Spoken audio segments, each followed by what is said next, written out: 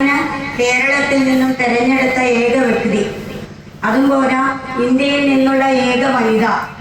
എല്ലാ സംസ്ഥാനങ്ങളിൽ നിന്നും രാമായണ പാരായണത്തിന് ഒരാൾക്കാണ് ക്ഷണമുണ്ടായിരുന്നത്. അത് നമ്മളുടെ ബേബിക്കുറുപ്പിന്റെ പത്നിയായിരിക്കുന്ന സുമംഗല പട്ടാമ്പിയാണ്.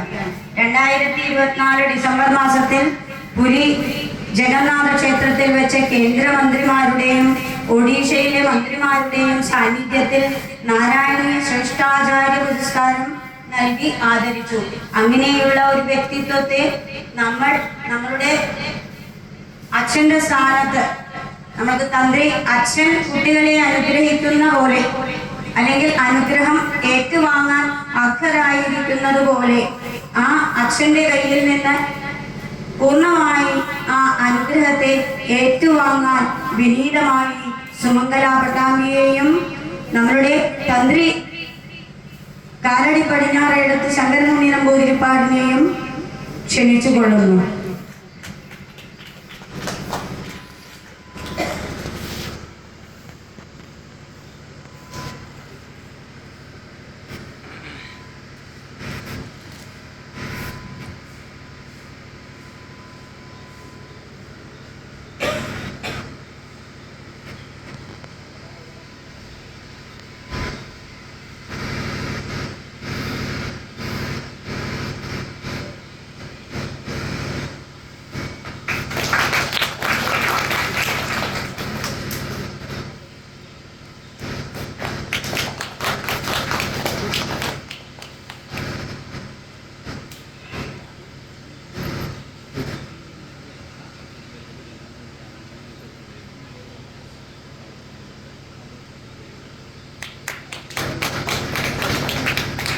എന്തായാലും ഇങ്ങനെ ഒരു സംരംഭത്തിന് അദ്ദേഹം നമ്മളോട് ഒരു 2 വാക്ക് നമ്മളുടെ ഈ കുടുംബത്തെ പൂർണ്ണമായി അനുഗ്രഹിച്ചുകൊണ്ട് ആ ഒരു 2 വാക്കിനായി നമ്മൾ കാതോർത്തിരിക്കുകയാണ്.